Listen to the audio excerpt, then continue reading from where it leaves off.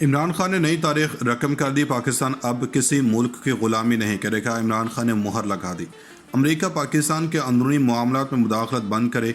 इमरान खान ने अमेरिका को खबरदार कर दिया। वज़ीर आज़म इमरान खान का कहना है कि इतवार को तहरीक अदम एतमाद पर वोटिंग में मुल्क की सिमत का फैसला हो चुका।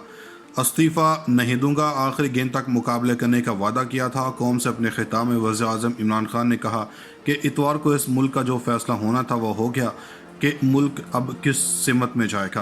वो लोग जिन पर सालों से करप्शन के इल्ज़ामात हैं, नैब केसेस हैं, कौम ने फैसला किया कि मुल्क किधर जाएगा। मुझे कहा गया कि इस्तीफ़ा दे दें, मैं आखिरी गेंद तक मुकाबला करने के लिए तैयार था। हार नहीं मानूंगा। देखना चाहता था कि कौन जाकर अपने ज़मीर का फैसला करता है। अगर किसी को ज़मीर के मुताबिक फ़ैसला करना होता तो इस्तीफ़ा देते। हम नौजवानों को आज क्या पैगाम दे रहे हैं, उल्टा भी लटक जाएं तो कोई नहीं मानेगा कि ये तीन लोग कोई नजर आती हैं। दोस्तों, उधर भारत में ब्रह्मोस मिसाइल 2 बार टेस्टिंग के दौरान बेकाबू हो चुका, जिससे इसकी अफादियत और ऑपरेशन पर सवालिया निशान खड़े हो गए। 2009 में राजस्थान के पोखरान इलाके में दौरान प्रवास इसका GPS यानी कि ग्लोबल पोजीशन सिस्टम के साथ राब्ता मुनक़ता हो गया, जिसकी वजह से ये टारगेट से काफ़ी दूर गिर गया। मालूम हुआ कि जिस वक्त ये मिसाइल दागा गया था उसी वक्त 7 समुंदर पार वाशिंगटन में अमेरिकी सदर बराक ओबामा को हल्फ दिलाया जा रहा था, जिसकी वजह से अमेरिकी इंतज़ामिया ने सैटेलाइट्स के जरिए चलने वाले GPS को बंद कर दिया था। अब अमेरिका ने यह कदम जानबूझकर उठाया या भारत की वजारत दिफा को ओबामा की हल्फबर्दारी की इतला नहीं थी, इस पर अभी भी ये पर्दा पड़ा हुआ है। मिसाइल को 84 सेकंड फिजा में रहने के बाद टारगेट पर गिरना था, मगर GPS का राब्ता मुनक़ता होने की वजह से ये 111 सेकंड तक फिजा में रहा और कई किलोमीटर दूर एक आबादी के पास गिरा। खैरियत रही कि कोई जानी और माली नुकसान नहीं हुआ। और पिछले साल जुलाई में भी खलीज बंगाल में उड़ीसा के साहिल के पास इस मिसाइल का जदीद तरीन 450 किलोमीटर तक मार करने वाला वर्जन नाकाम हुआ। मिसाइल इससे नहायत कम दूरी पर गिर गया। ब्रह्मोस मिसाइल का मुकाबला करने के लिए पाकिस्तान ने पिछले साल 2 बार 450 किलोमीटर तक मार करने वाले बाबर A1 क्रूज मिसाइल के तजुर्बे किए। पाकिस्तान के पास बाबर और राद नामी सुपरसोनिक क्रूज मिसाइल मौजूद हैं, जो ज़मीन से ज़मीन, फ़िज़ा से ज़मीन और ज़ेर-ए-आब से ज़मीन की सतह तक मार करने वाले मिसाइल हैं।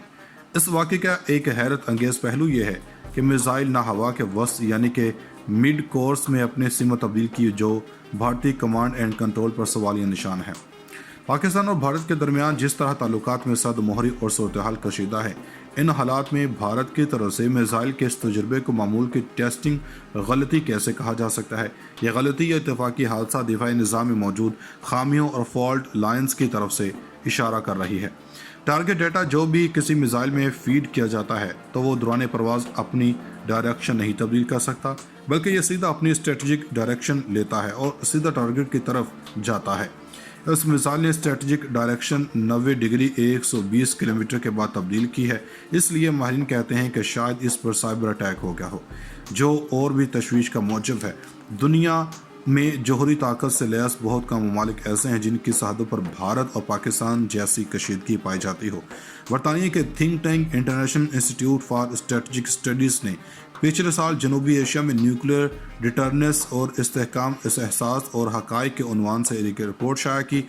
इस रिपोर्ट में कहा गया कि फरवरी सन 2019 में पुलवामा हमले के बाद इंडिया और पाकिस्तान के मबैन कशीदगी जिस सतह को पहुंच गई थी, अगर दोनों ममालिक के मबैन कोई बड़ी गलत फहमी पैदा हो जाती तो जौहरी हथियारों के मुमकिन इस्तेमाल से इनकार नहीं किया जा सकता था। इस रिपोर्ट के मरकज़ी मुसन्नफ़ और IISS के फेलो एंटोनियो लेवेस्क्स के मुताबिक इंडिया और पाकिस्तान अपनी टेक्नोलॉजी और सलाहियतों में मुस्तकिल तरक्की कर रहे हैं। इसकी वजह से दोनों एक दूसरे के जौहरी दिफा को ख़तरनाक हद तक अपने से कम तर शुमार कर रहे हैं। इस सूरत-ए-हाल को देखकर माहिरीन का कहना है कि दोनों ममालिक की अफवाज के दरमियान ज़्यादा से ज़्यादा रवाबत इस्तेवार करने की ज़रूरत है ताकि किसी हादसे से बचा जा सके। दोनों ममालिक के दरमियान डायरेक्टर जनरल मिलिट्री ऑपरेशंस की सतह के अलावा मिलिट्री में किसी और सतह पर रवाबत नहीं है, जबकि दूसरी तरफ भारत और चीन के दरमियान फील्ड और सेक्टर सतह पर भी रवाबत रहते हैं। जौहरी ख़तरे को कम करने का एक ही रास्ता है और वो ये है कि पुरतशद्दुद मामलात को सिफारती बातचीत के ज़रिए हल किया जाए, क्योंकि यह तसव्वुर करना मुश्किल है कि कब पुरतशद्दुद तनाज़ ख़तरनाक शक्ल इख्तियार कर ले। माजी में अस्करी और सियासी एतमाद साजी के इक़दामात ने पाक भारत ताल्लुकात में एक मुस्बत किरदार अदा किया। अगर साइबर स्पेस के अमूर में भारत और पाकिस्तान शफाफियत अपनाएं तो गैर इरादी हादसा से बचाव किया जा सकता है। امریکی اسکالر مائیکل کریپون کے مطابق بھارت اور پاکستان کے درمیان ملٹری اعتماد سازی کے اقدامات ماضی میں خاصے کارگر رہے ہیں۔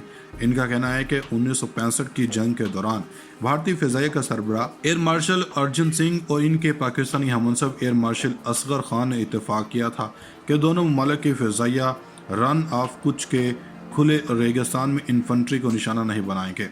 اسی طرح 1971 میں دونوں ممالک نے ایک دوسرے کے سویلین آبادی آبپاشی کے نظام اور ڈیموں کو نشانہ بنانے سے گریز کیا۔ ملٹری اعتماد سازی کس حد تک کامیاب رہتی ہے، اس کی مثال لائن آف کنٹرول پر پچھلے ایک سال سے جاری سیز فائر ہے۔ اعتماد سازی کسی بھی سطح پر کی جائے جب تک اس سے حاصل شدہ اعتبار اور بھروسہ کو سیاسی مسائل کے حل کے لیے استعمال نہیں کیا جاتا تو تاریخ اور تجربات بتاتے ہیں کہ یہ عارضی ثابت ہوتے ہیں۔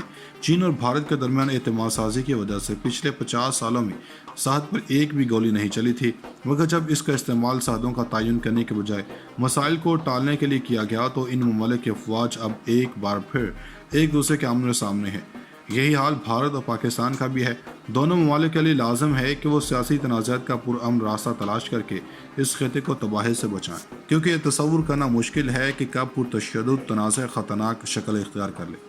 ماضی میں عسکری اور سیاسی اعتماد سازی کے اقدامات نے پاک بھارت تعلقات میں ایک مثبت کردار ادا کیا۔ اگر سائبر سپیس کے امور میں بھارت اور پاکستان شفافیت اپنائیں تو غیر ارادی حادثات سے بچاؤ کیا جا سکتا ہے۔ امریکی اسکالر مائیکل کریپون کے مطابق بھارت اور پاکستان کے درمیان ملٹری اعتماد سازی کے اقدامات ماضی میں خاصے کارگر رہے ہیں۔ ان کا کہنا ہے کہ 1965 کی جنگ کے دوران بھارتی فضائیہ کا سربراہ ایئر مارشل ارجن سنگھ اور ان کے پاکستانی ہم منصب ایئر مارشل اصغر خان نے اتفاق کیا تھا کہ دونوں ممالک کی فضائیہ رن آف کچھ کے کھلے ریگستان میں انفنٹری کو نشانہ نہیں بنائیں گے۔ اسی طرح 1971 میں دونوں ممالک نے ایک دوسرے کے سویلین آبادی آبپاشی کے نظام اور ڈیموں کو نشانہ بنانے سے گریز کیا۔ ملٹری اعتماد سازی کس حد تک کامیاب رہتی ہے، اس کی مثال لائن آف کنٹرول پر پچھلے ایک سال سے جاری سیز فائر ہے۔ اعتماد سازی کسی بھی سطح پر کی جائے جب تک اس سے حاصل شدہ اعتبار اور بھروسہ کو سیاسی مسائل کے حل کے لیے استعمال نہیں کیا جاتا تو تاریخ اور تجربات بتاتے ہیں کہ یہ عارضی ثابت ہوتے ہیں۔ چین اور بھارت کے درمیان اعتماد سازی کی وجہ سے پچھلے 50 سالوں میں سرحد پر ایک بھی گولی نہیں چلی تھی، مگر جب اس کا استعمال سرحدوں کا تعین کرنے کے بجائے مسائل کو ٹالنے کے لیے کیا گیا تو ان ممالک کی افواج اب ایک بار پھر ایک دوسرے کے آمنے سامنے ہیں۔ یہی حال بھارت اور پاکستان کا بھی ہے۔ دونوں ممالک کے لیے لازم ہے کہ وہ سیاسی تنازعات کا پرامن راستہ تلاش کر کے اس خطے کو تباہی سے بچائیں۔